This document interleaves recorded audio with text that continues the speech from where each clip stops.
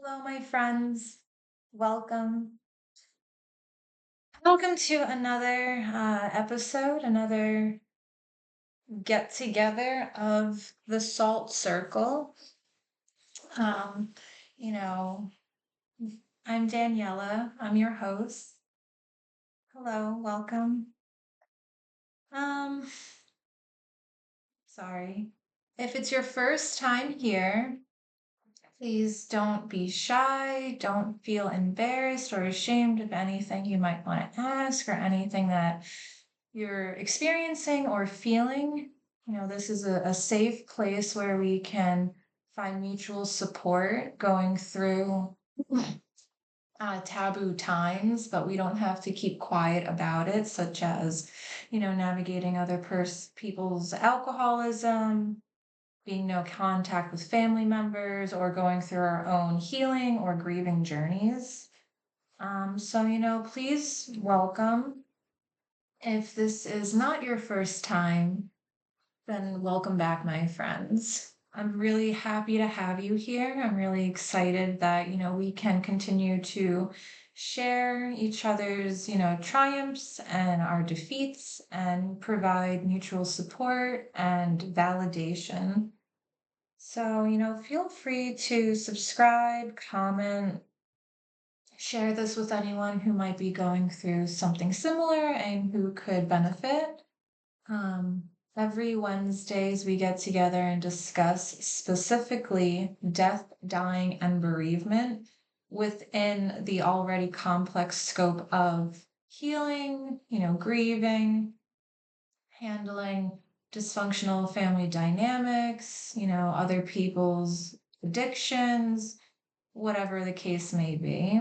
So sorry if I seem a little out of it. I've been, really thinking about what to talk about this specific, Wednesday, this death, dying, and bereavement day, because, doing shadow work, which is the premise of this entire channel and this entire support group, it's, a place where we can do shadow work or at least open ourselves up to self reflection through the lens of psychology and paganism.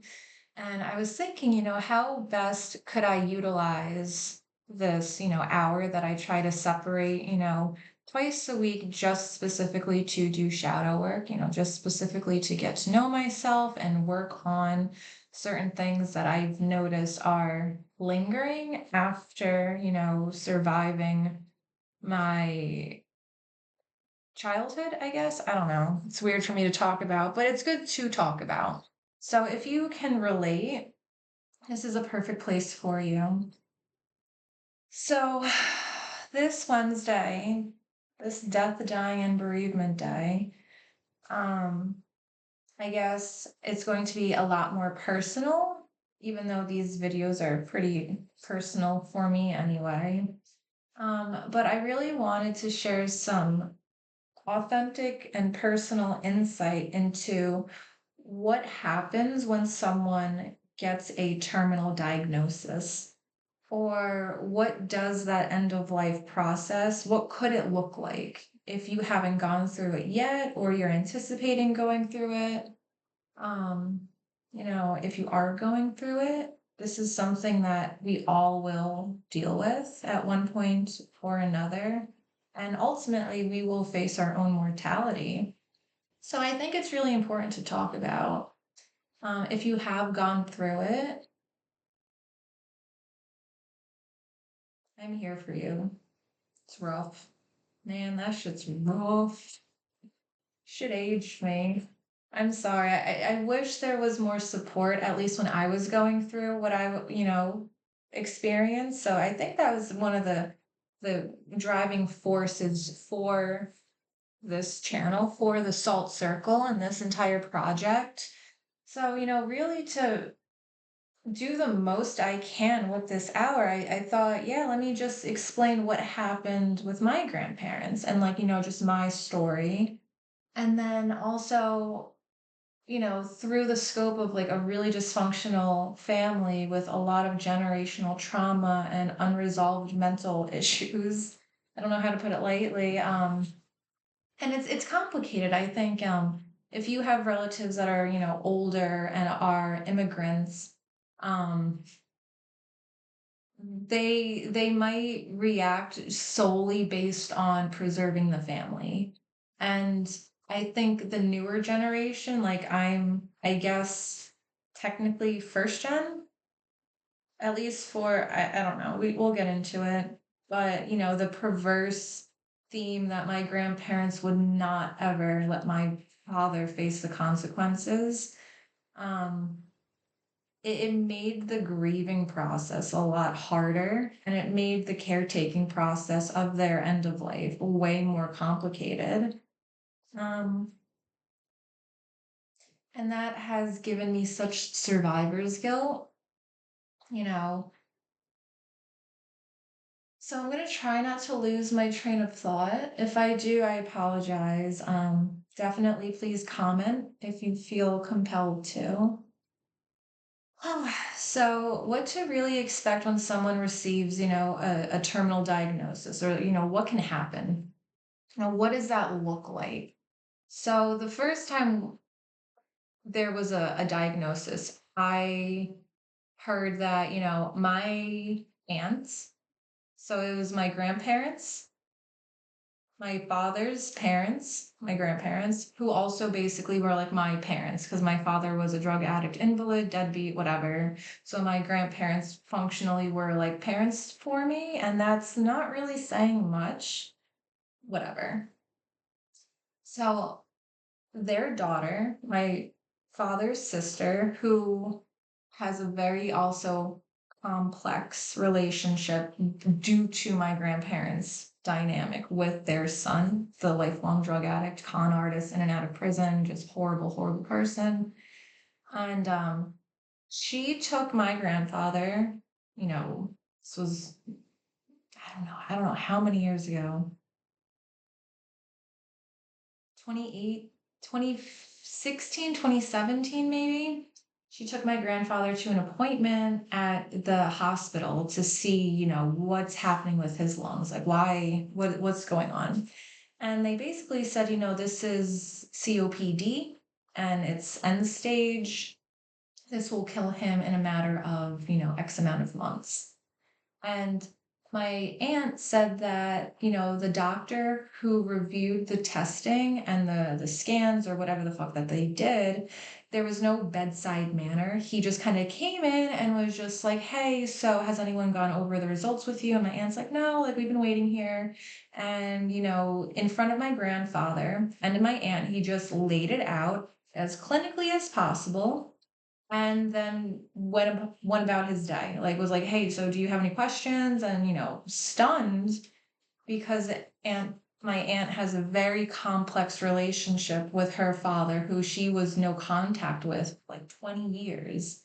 And then she's taking him to doctor's appointments, and all of a sudden you get this, pretty severe diagnosis. So I can only imagine what her positionality of this was like, and that's the generational shit, right?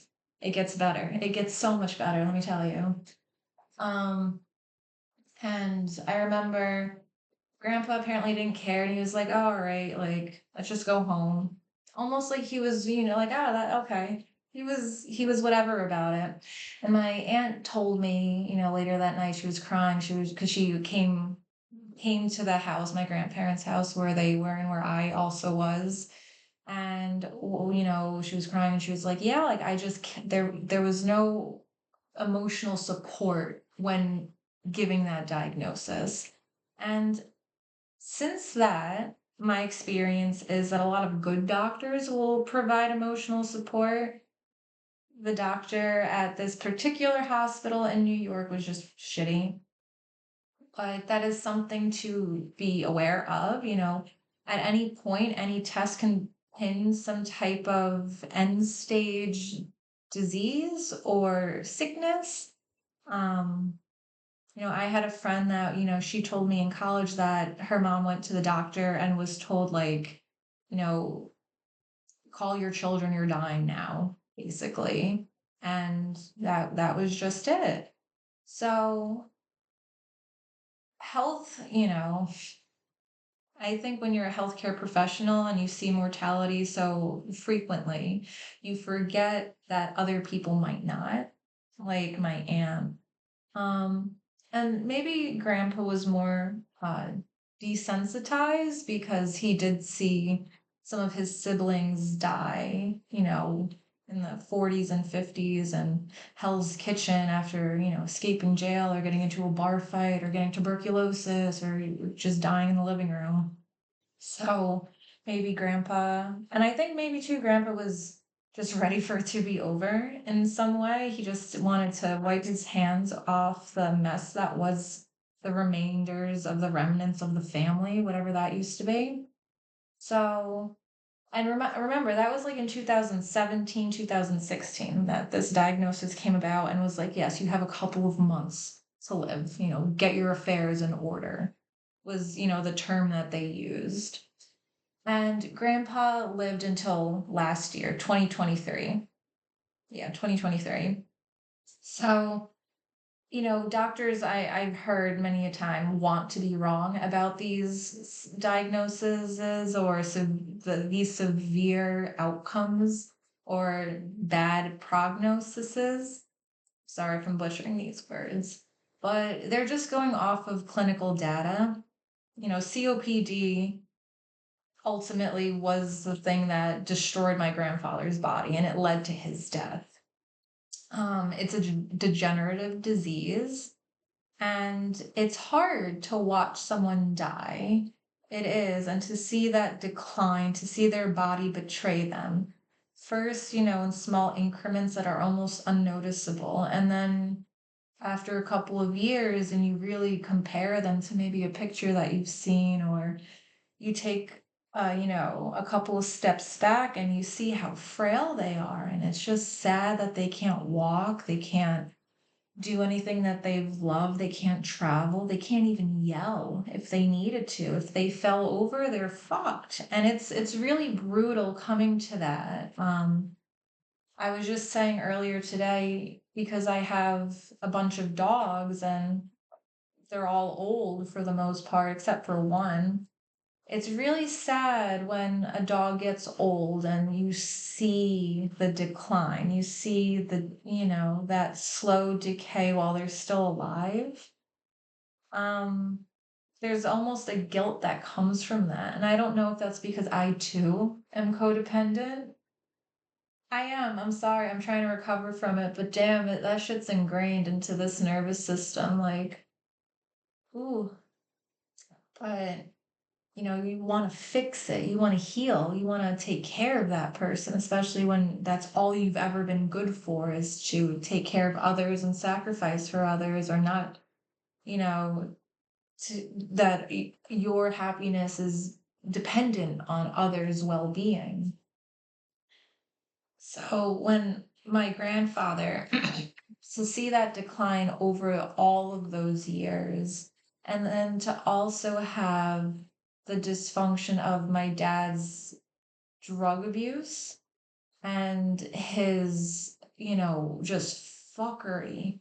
He would just decide, he would get a call in the middle of the night from some prostitute, some friend who is, 40, 50 years old, and she just walks the street of Poughkeepsie and she's on drugs and she's freaking out. And my dad, who's just been doing drugs in his room all fucking day because he has nothing else to do and that's all he ever does, gets an idea, even though he has no driver's license. He hasn't had one in like 30 years. He just takes my grandfather's car and just drives off into the night, crashes it immediately, and then walks back to the house. There is snow, there's fresh snow because this is in the middle of December. The police come, they knock on the door, and they're just like, what the fuck happened? And I'm like, excuse me? Like, I don't know what the fuck this is. And very calmly, they're saying, there's a car that belongs here, that we ran all the information and you see the tracks, like it literally down the block, you see like just smashed into a telephone fucking pole. And, the keys are in the ignition. It's obviously not broken into, and there's like footsteps coming right back here. Like, what happened? And then my grandparents would just not acknowledge that my father did anything. They're just like, well, what do we know? We don't know anything. We haven't seen anything. And so the auto insurance has been insane for them their entire lives. Truly, truly, because auto insurance doesn't care after a while. Your rates will just be $1 million fucking dollars. When you get into accidents that frequently. No police report, no investigation, no outcome of it, just, excuse me, what happened? So to have shit like that that my dad would pull, or he would bring people, just random men from truck stops. He'd just bring them over and be like, that's my friend. You saying my friend can't stay here? And it's like, this is literally a hobo that you found and you're just doing drugs with in the basement. Like, I'm not comfortable with him being here because I'm a female and none of these doors lock because this is an old farmhouse and I don't want to die. And my grandparents just look at me and be like, well, you can leave. That's your father's friend. Yeah, yeah, we don't know him. We've never seen him. Your father relies on us for rides and money and everything. But yeah, well, of course, obviously, this guy. How can we not take your father's word for it? It was commonplace that visitors couldn't come over because their wallets would get stolen, or their coats would go missing, or their shoes, or literally their car would get taken out of the fucking driveway. And even the hospice nurses, after a while, were like, we can't keep coming here. Like, your father is abusive towards us and he's smoking cigarettes in front of the oxygen tanks. And my grandparents still, to the very end, would just be like, leave my son alone. And that dysfunction, I don't even know how to interpret it from an authentic place. I can talk about it like, oh, from an enlightened place. Whatever, no. It was absolute insanity trying to take care of my grandparents, and for my grandfather's illness to take like the almost a decade, I loved my grandfather very much. And I would have done anything. I would have given him years off my life, but the dysfunction was so, it was literally like you were in the fucking La La Land. You were in, hellish wonderland and nothing made sense. It was just, it was like my father was a fleshy poltergeist just fucking with the mortal realm. And like, oh my gosh. And then randomly, years later, in 2021, right before, you know, it was like either right before COVID or in the meat of COVID, I forget. But I get a call from my Aunt Donna once again. She asks me to come to the house and I'm a half hour away and I say, sure. She's like, Grandma doesn't feel well. In Grandma's 80 fucking years, she's never ever admitted that she didn't feel well. Something is fucking wrong. So I went there. Everything's always complex, and you immediately get to the property, and it's like you go through this aura of ammonia and miasma. It's just this noxious dysfunction that's in the air. It's like the entire atmosphere of this property is just cursed. It really, as soon as you get there, it permeates you in such a negative way. And I think just, a part of that is probably my nervous system just getting on guard, especially once you leave that kind of dysfunction to come, willingly back to it. So I look at grandma, I come into the house, I look at grandma, grandpa's still on his oxygen. This house reeks of cigarettes because nobody, dad just, he's a giant fucking spoiled fucking baby. Just horrible, man. And grandma, she looked so small. She was sitting in her little grandma chair in her bedroom, and she had her grandma moo her robe, her other robe, and a blanket. And she was just sitting here in her chair. She didn't have her teeth and no makeup. She wasn't done up like she's always fucking done. You know how Italian grandmas are. And she just said she's just like, it hurts a lot. It feels very swollen in my throat and my tongue. And I was like, you need to go to the doctor. So the next morning, we took her to the doctor, and he's like, should really bring you to the hospital to do some more tests. And it turned out that grandma had a type of lung cancer called squamous cell carcinoma in her lungs, in both lungs. And it took over, almost 100%. It was just her lungs were just cancer. And that's what's causing this inflammation because it's literally spreading up your windpipe and up your throat and into your mouth. And I'm so sorry, but you have 2 weeks. You have 2 weeks to live. And we can set you up with hospice. We can put you into, whatever hospice center, but there is no curing this. So there's not going to be, um, any chemotherapy or any treatment unless, you know, you want to pay for it out of pocket, basically. So grandma's just like, okay, I would like to go home. I want to die at home, just like my sisters did, just like, her mom did. That's what she just wanted to be home where she created a nest for the last however long, despite the dysfunction and the chaos. That's where she wanted to be.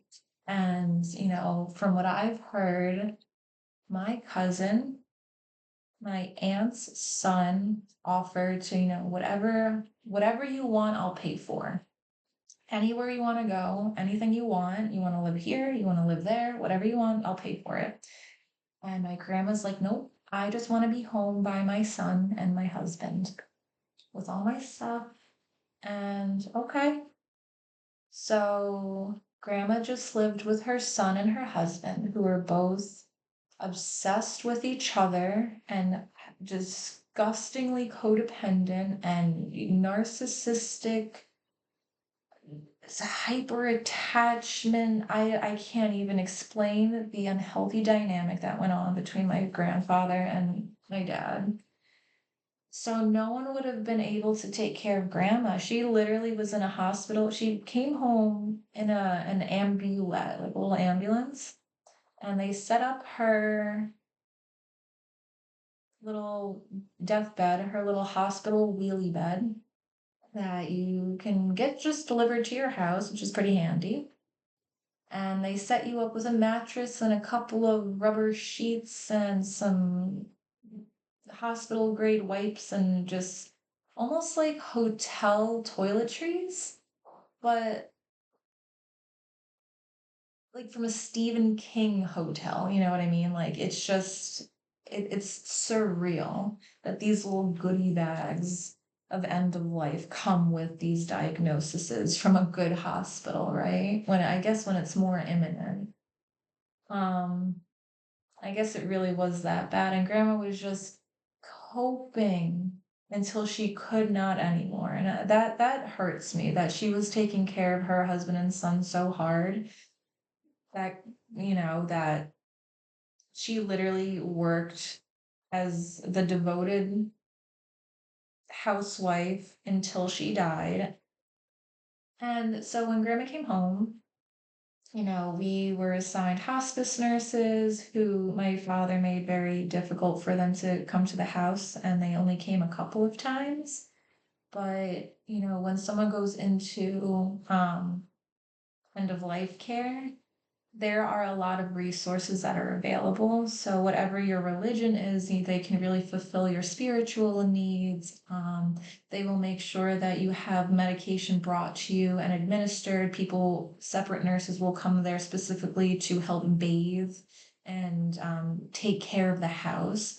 But it's very, very few hours. It maybe culminates to 5 hours a week. So that's really not enough to provide round the clock care. Um, like I said, my father and my grandfather, grandma and grandpa were from old school New York, second wave immigration. kind of values. So grandpa didn't cook for himself, grandpa didn't clean, he didn't do laundry. Grandpa worked and ate, and he drank wine. That's what grandpa did. And grandma did everything else. So everything just stopped for the house. And, you know, especially with grandpa's diagnosis, for him being sick too, I think a lot of people looking in thought that my father would finally snap out of his drug addiction, his bullshit. And it didn't happen. If anything, it just got more unbearable because he was such dead weight. He was also just a dead person. Grandma's dying in the living room, and grandpa has an oxygen and can't breathe, can't walk. He's has to take a seat every 10 steps, and he's driving my dad to meet someone in Poughkeepsie, literally to go get drugs. And they won't look at the situation in the face. They're way beyond the point of shadow work, you know? I do, just like I think how addiction has a point of no return, I think enabling has a point of no return. And my grandparents were way past that. So much so that, oh, so my aunt was just did not want to just live there in that. She was, living from out of state, trying to do the best she could to visit her parents, who she had a very strange relationship with, and her brother, who still lived in that house, who's just being spoiled and pampered. It was hard for her. Um, so I actually offered to just move in.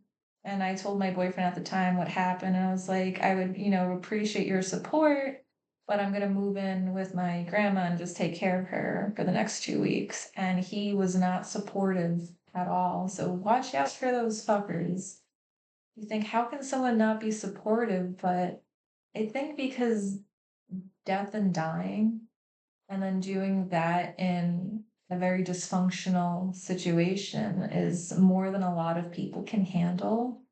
And you should not feel bad about that and feel ashamed that this is your experience. Some people really just aren't equipped to, support someone who's going through like a hard level boss fight. You know what I mean? Um, So, again, grandpa's just taking care of my dad in such an unhealthy way. And grandma is in the living room because grandpa actually said to me and my aunt one day that he didn't want to see grandma in the bedroom, like, because he had to sleep there and he just didn't want to see her, like, and her stuff. So, like, to get her stuff also out of the bedroom. He said that within earshot of grandma, and I couldn't reconcile like how 60 or 70 years of marriage culminates into that, dysfunction or not. Like you've both been in this, what I think that is, if anything, it's just a testament to how out of sync grandpa was with his own feelings. His wife dying elicit an emotion that made him uncomfortable, so he just tried to push it out of his visual field. I don't know. I honestly don't know. And yeah, so grandma's just in the living room, and every chance I leave grandma's end of life medicine, like her painkillers, because lung cancer is really painful, I've come to find. Um, But grandma didn't want to take any drugs because she was so afraid she was going to become a drug addict. And I tried to tell her in the nicest way. I was like, Grandma, I think you're beyond that point. Like, I don't think you have to worry about that. And she just looked at me and she's like, I still don't want it. And I'm like, Grandma, please. I can't watch this. It's very painful to watch someone die, but to do so when your son will take these pills and be nodding out in the kitchen on the floor basically, and I can't. It's already so fucked up, Grandma. You need to take these. And also the hospice nurses, the medication dispensing nurses, when they come twice a week, they take very meticulous calculations and measurements, and they count everything to see what's being taken, what's not. And if nothing's being taken, you're not going to have anything if you really need it. Because, so especially because it's just going to keep progressing until it doesn't anymore. It's not going to just plateau. You know what I mean? So I really wanted to just have her to have the ability to take pain relief instead of just getting it removed altogether, especially because every moment I would leave her pill boxes, like we kept everything in a little safe deposit box. It wasn't safe. There was no lock. It was just a glorified toolbox. Her medicine would go missing. And the nurses would just look at me and be like, we can't have this. And I would say, I was like, you don't know what I'm up against. And this one nurse, Nicole, I'll never forget her. She understood 100%. She's like, I've seen this so many times. She's like, I validate what you're going through. I see what your dad is. I understand, but I have to be real with you. They will cut off your services and we won't be allowed to come here anymore. And that's the truth of, end of life care. There's a lot of services available, but when you throw in shit like someone else's addiction, their habitual lying, their stealing, they're shielded by anyone who would, uphold any kind of consequence. It's just, it becomes almost enough to make you lose your fucking mind. And the grief process is brutal as it is, and to make that even more brutal, man, oh man. So I remember grandpa also, and this is the thing that's interesting when someone gets terminal. People come out of nowhere and they start telling you deep dark secrets, things that they haven't told anyone. The things that my grandfather told me about, problems with grandma, I just couldn't believe, and that it was also commonplace to have these views and attitudes and things done to women, back in that time period when they weren't behaving a certain way. And feeling terrible that almost like grandma was trapped in this dynamic and she just tried to make the best of it and all this Christian Catholic guilt or whatever. And that grandpa was almost using me as a confessional, you know, that he forced grandma to undergo procedures at, psychiatric hospitals after her kids were born. And that he would force, grandma to take care of his mom when his mom had dementia and like became really combative and would jump out of windows and things like that. Lots of stories. I'll get into it one day when I have enough cohesive thoughts to really dive into that brain fold. But it's strange that time when someone is dying. I think it's important to have people know and view that person and come share stories and support. It was so hidden when grandma was actively dying. And even though the doctor said, 2 weeks, it actually took closer to 6 weeks. A couple of times, grandpa would say like, oh, she's gonna beat this, look, she's getting better, she's eating. And that spurt of revitalization, that's kind of a normal thing when someone's dying, to have gusts or these waves of energy and appetite and lucidity. It's almost like the body's trying to kickstart itself again.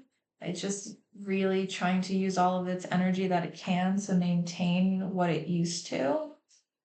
Um, and towards the end too, grandma was seeing people crawling out of her little hospital wheelie bed.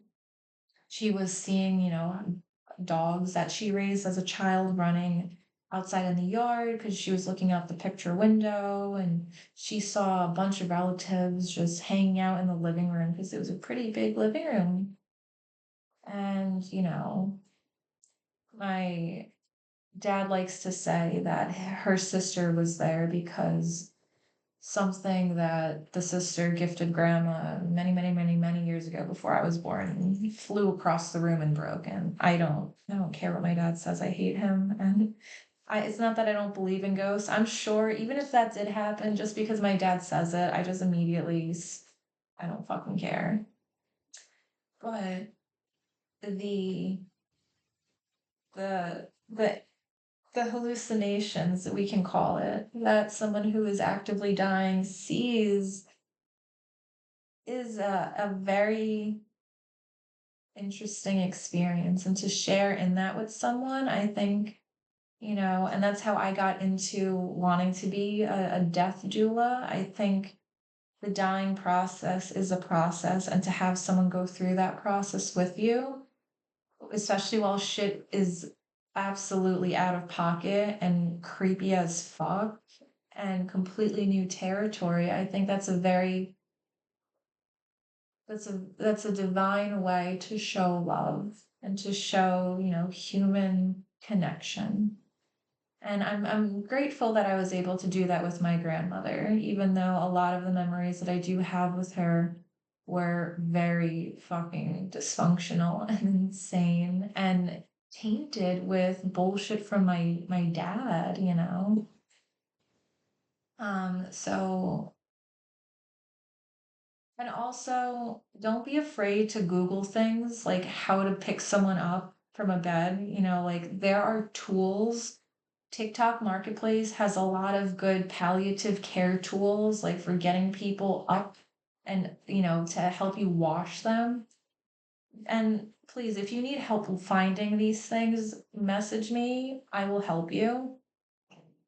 You don't even have to worry about it.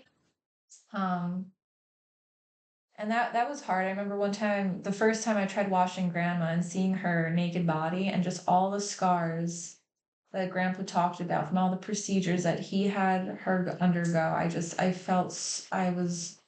felt so sick to the depths of my heart. Poor just grandma. She was a product of the dysfunction for the 50 years before I was alive. And then she was a part of the dysfunction and created it for the next 30 years. And I felt so, my heart really just broke for her. I was just like, you never stood a fucking chance, did you, grandma? And it was almost like she looked so small too. And, around this time, right beforehand, I called a cousin, and I was just out of my fucking mind. I was like, I can't do this alone. I am completely alone. My boyfriend doesn't even help me. He doesn't even want to visit me, even in the middle of the night because he's afraid of my dad. He knows what happens. Like I have no support. I have no friends. Like nobody cares about this and what I'm going through. Hospice nurses are even afraid to come here, right? And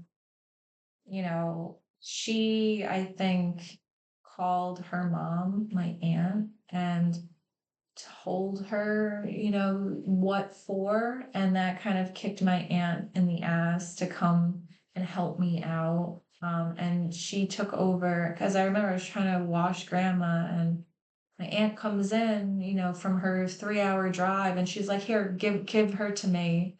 And grandma's naked, just like trying to like hold on to me, and I'm trying to like fucking get her back and stuff. Cause like when you're using the bathroom, like you have to clean them, you know?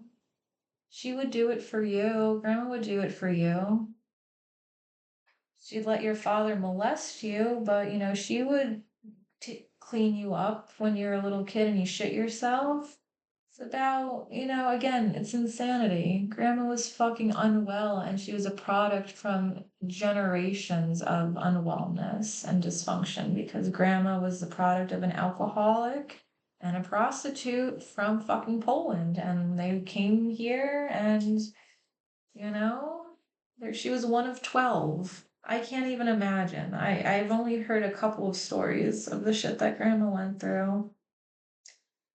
And I just remember giving grandma to my aunt and like taking a few steps back and just, soap and water and shit just like on me. And I felt and my aunt's like, go, go, I got it, I got it. And I was just frazzled from the weeks of trying to take care of grandma despite the dysfunction. And I just left. And then a couple of days later, grandma died and I wasn't there. Um, and I also like broke up with my boyfriend too. I was just like, I can't live with you anymore after you just didn't support me at all emotionally while I'm going through this. So I got that call like during this like blow up fight with my boyfriend and got the call that grandma died and your father's freaking out, the police have to come. I don't know what to do. I just want to let you know. Okay, love you, bye. And that kind of just sealed the deal for me. I was like, yeah, I'm breaking up with this guy. I'm leaving. I don't know what to do with grandpa, but he can come with me. So I asked grandpa, I was like, hey, I'm here for you. Do you want to move in with me? We can get an apartment. Do you want to travel across country? I will rent an RV. Whatever you want to do. And grandpa's like, no, I want to stay near my son. I'm like, okay, fair enough. And I was asking, because when someone dies, things progress very quickly. Someone dies, you call 911 and they collect the body, they'll bring an ambulance over. You could also call, when you're in palliative or hospice care, the nurses will give you like this little like what to expect when someone dies kind of like informative pamphlet. And there's a number in there that you can call for like 24/7 help, like medical emergencies, like to a nurse hotline. And you can call these numbers and they'll bring someone to assist you with the dead and that transportation. The body will be transported to mortuary service where it'll either be cremated or set up for other types of burial. You can view the body. You got like a day or two to do a funeral kind of thing. Um, the family shit is just so complex. Nobody even knew that grandma was dying. And I think Aunt Donna was just really upset. And I didn't realize that we didn't have time to discuss or think about it. And I honestly didn't think to ask right away. But grandma wanted to be like an organ donor. And grandpa refused her final wishes and she was just cremated really, really quickly. And there was no ceremony, there was no wake, there was no service. There wasn't even an obituary that was written. Nothing, nothing. Nobody even called me to be like, oh, sorry for your loss. Didn't get any kind of random strange cousin or relative, one of the 12 brothers or sisters that were still alive, any of their children. Nobody contacted me who they raised, basically, because that's how fucked up the family was, right? And grandpa didn't even care. He had his son, right? So they were left alone for not even a year. Aunt Donna would try to go and visit and take care of things at that house, but it was turning into a disgusting pigsty because these two men who had grandma their whole lives to just take care of them were unable to keep the house. Completely unable. It was disgusting. My dad made it disgusting. I wasn't anywhere near there anymore. I left. I was um I was in Colorado at that point. So there was nothing I could do, and I felt very guilty about leaving. But Grandpa always said that he just wanted to be with his son. And I could not live in that house anymore. I could not be around my dad. I love my grandpa, but I couldn't go down that same path of ruthless codependency with my grandpa that my grandpa went down with my dad.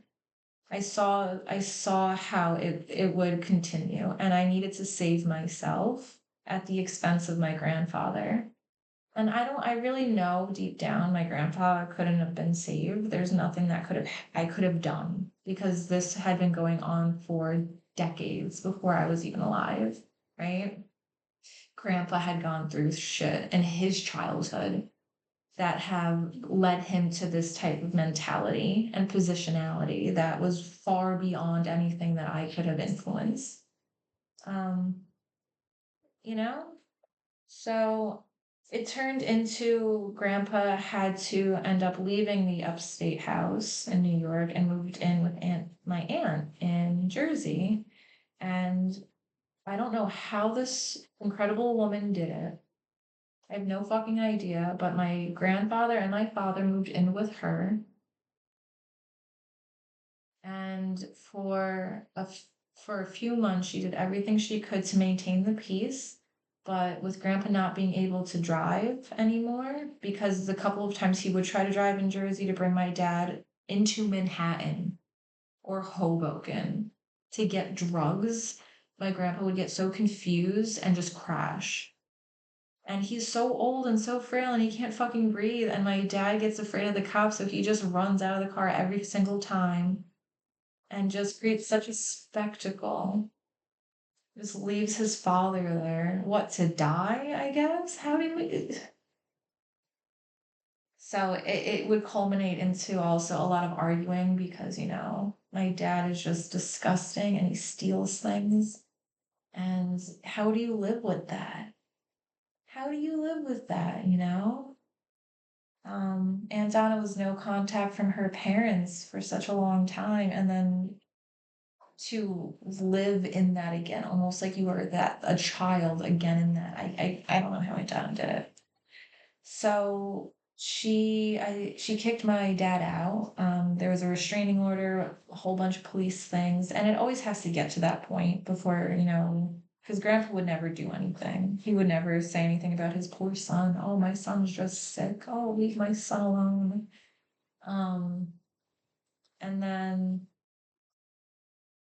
Grandpa didn't want to live without his son, so he ended up choosing to move back to the upstate house.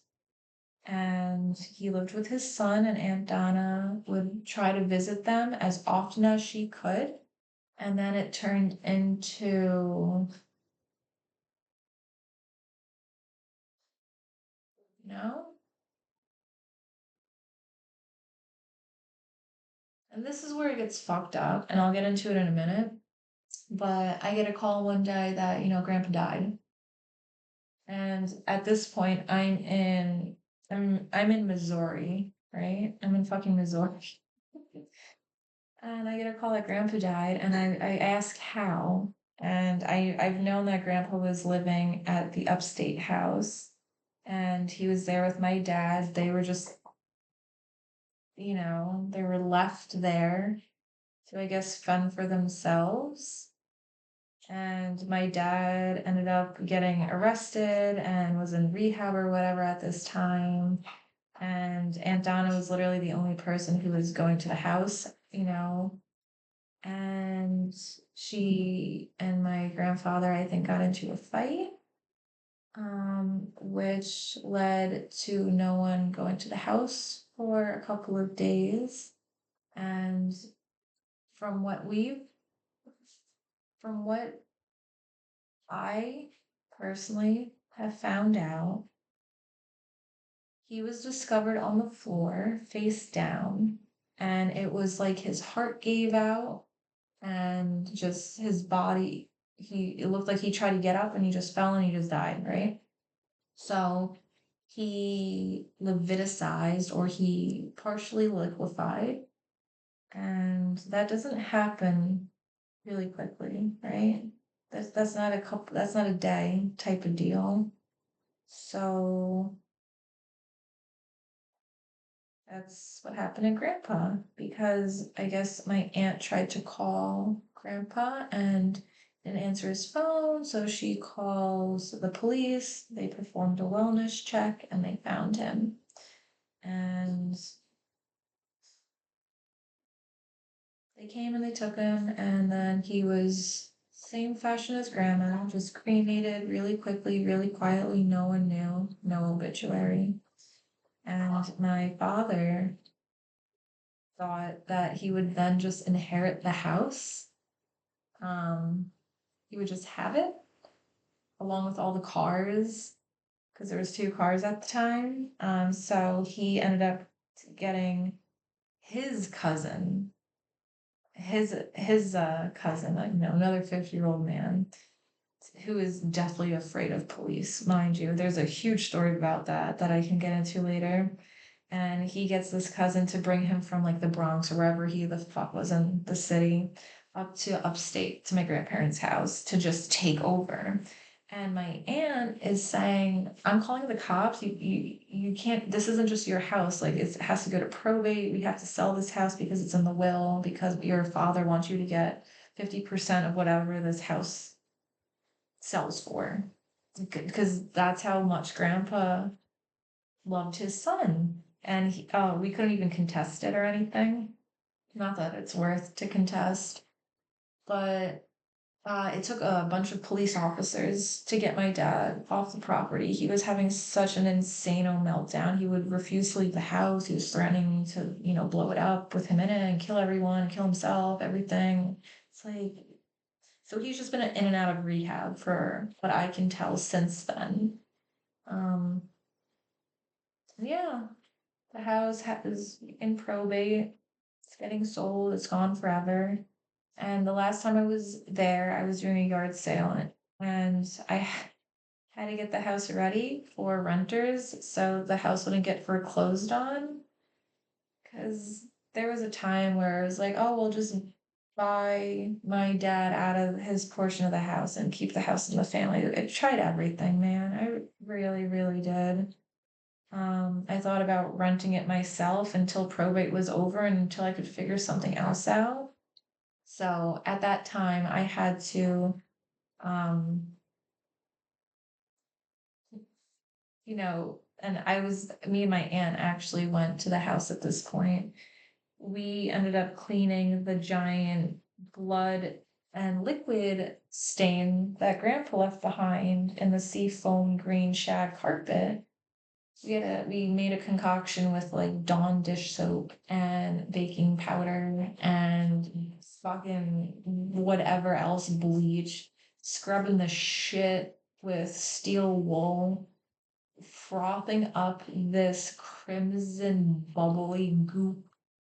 It smelled horrible, and it was in the middle of July too, during this ungodly heat wave and the mugginess of the fucking air and the humidity and the stench of this frothing clean death. Jesus Christ. Jesus Christ, that's all I have to say. Um, and then my aunt broke down as we were just scrubbing away. She just started crying her eyes out, and I felt so bad. And I just understood. I really understood the weight of everything that she went through. And I drinking wine all day since we landed. Tried my best to comfort her. I was like, I know, this is fucked up. It was really fucked up. Um, so that is a very brief outline of the dying process of my grandparents, what I went through at least. Um, then I wanted to talk a little bit about survivor's guilt. There is such a sense of it's not fair and I am a bastard for remaining, which is completely unfounded, right? I think maybe it's just part of my codependency. Maybe it's just wanting to rage against the natural order as a heathen. I don't know. I'm just bullshitting about that last night line, you know me. But it's almost like you leave someone behind in such an undignified way. And the culmination of the memories that you've shared, you wanted more from that. And it's almost like you feel like you've wasted time or you've wasted opportunities. And it's so unfair, especially in the scope of dysfunction and despair, because did you really have time? Did you really have opportunity to ask these questions, to get to know these people, to work through this fucked up scene? You know what I mean? I'm not meaning to rhyme, I swear. I just turn into Dr. Seuss sometimes. I remember right before Grandpa really took a before I left New York, that time when Grandpa, right before he died, I remember thinking like, you need to find out about Grandpa now. You need to hear these family stories before they're lost forever, because you don't know anyone else in the family. You have your aunt and her children, but that's honestly it. There are all these stories, all this depth to the family that would make sense of all this mischief and mayhem. The maladies would fucking be demystified with these stories, almost like an augmented reality, like closure is. I just need these final pieces. I need you to say this, validate this in a roundabout way with this. Um, and I would talk to my cousin, hey, we should start, asking grandpa stories and asking him to tell us things. But there was so much hurt and complexity with the relationship between me and grandpa, cousin and grandpa. It was so it never really happened. And so, yeah, now these stories are gone, and I feel a responsibility. And it's almost the same way as how I've chosen to be child free and not to have children. My bloodline ends with me. It seems almost like that is a definite, because the lore, the context, the family's history is also lost with me. I didn't get it. I didn't collect it. Um, and the house is lost too. I talked about that last week. That was a doozy. That was brutal. So it's just with loss, it almost feels like it was, really taken from you. You've missed it. You've misplaced it. You've misstepped. And then to remain afterwards, it almost feels like you shouldn't be. Like you're still in a competition with a technicality keeping you there, which I think is a really trivial defeatist attitude that I'm not trying to have. But man, it's okay. All of our feelings are valid, and that's always the case. But to go through grief is also to go through, these feelings, and then to have to, I think, grieve that you're moving on without them, to grieve that they won't experience anything else and that they won't be known by anyone else. Um, but again, maybe that's just codependency. I feel especially that way for grandma. I don't know if it's like that whole female dynamic, but I wish I knew more. I do. Um, and then on the flip side, it's fucked up because I've been no contact with my mother for the majority of my life.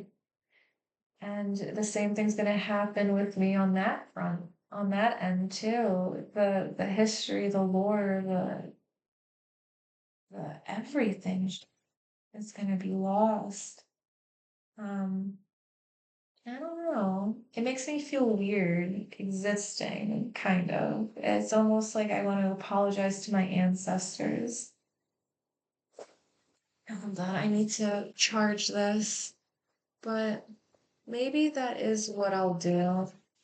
I do need to get a shrine figured out for my ritualistic needs. I haven't done that just yet. Mm,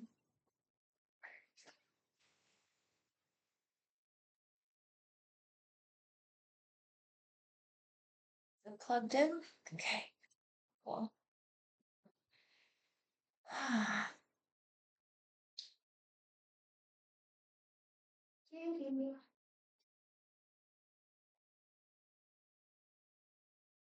Well, I'm gonna check the comments and see if anyone said anything. Oh, cool. Yep. Lena, I agree.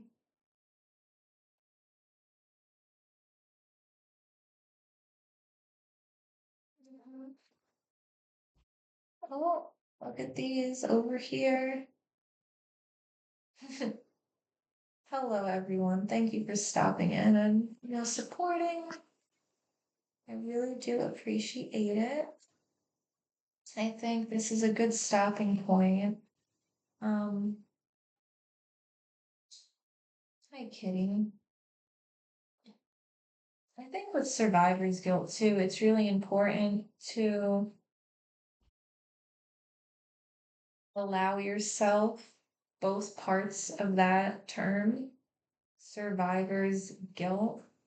Allow yourself to feel guilty, allow yourself to naturally feel these emotions and work through them, but also allow yourself to survive. You can't rot in bed. You can't ruminate to the point of, you know, going into an emotional mania.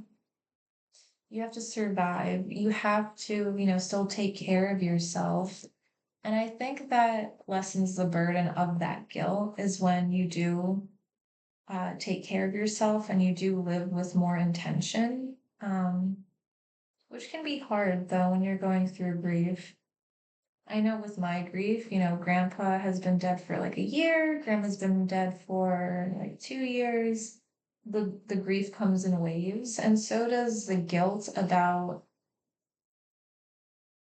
everything that came with, their end of life, from me not physically being there and me physically helping them, to me not actually doing what they've done for their son and just shielding them from their own consequences. They died in the way that they wanted to die. They died in the same manner of the life that they carved out for themselves.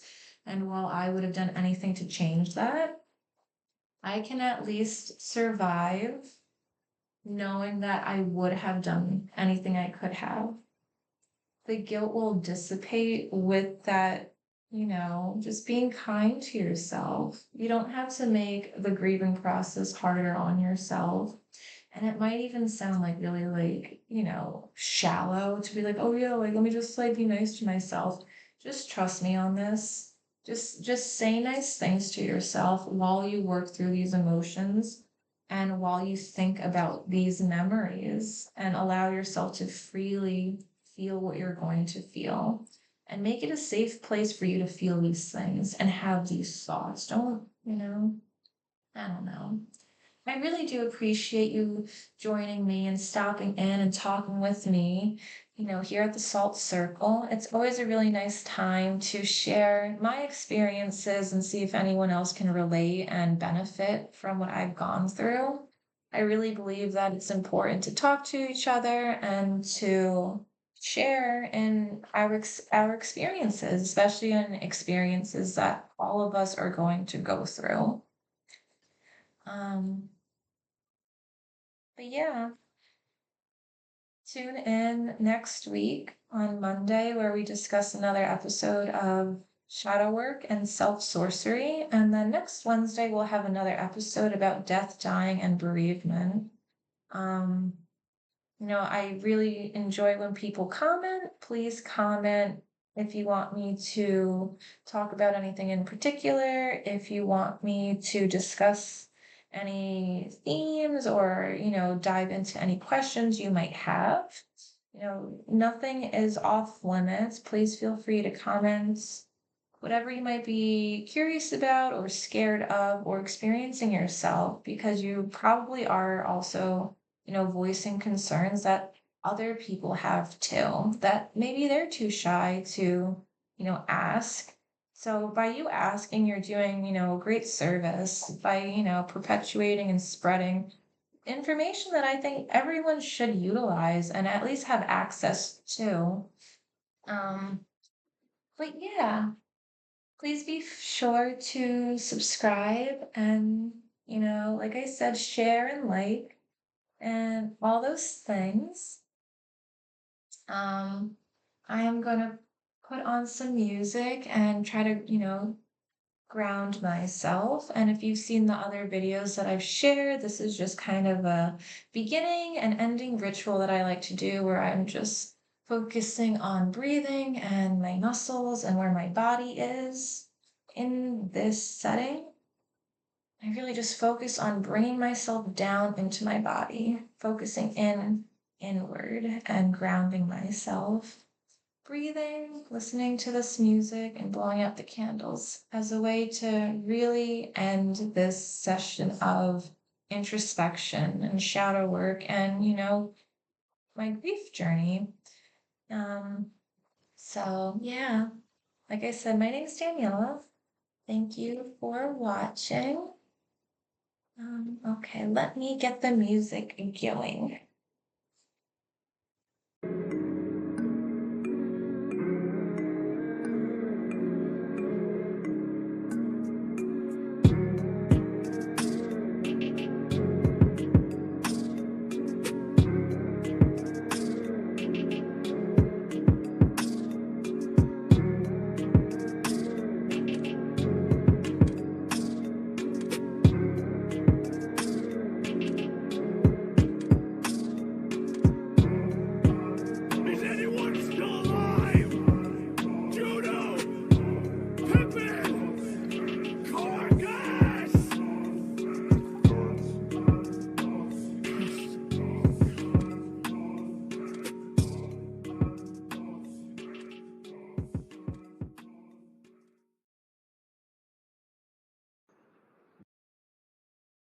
I'm not even sure why I did it. It's pretty pathetic. So am I.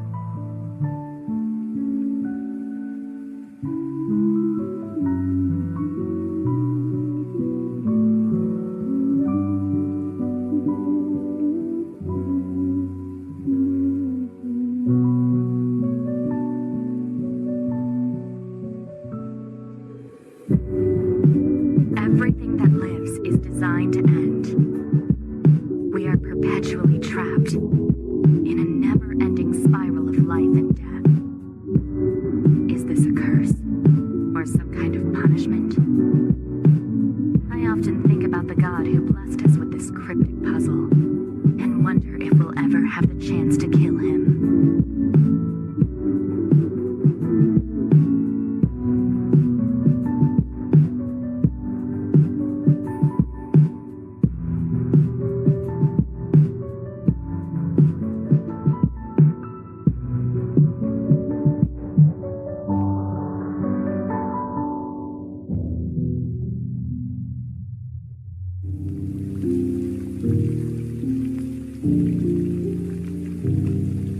It is a double-edged sword. It can be a tool used for winning precious things as well as protecting them. precious things, like friendship and love. For some men, these are the most precious. But I believe that beneath them, there is something even more precious than these.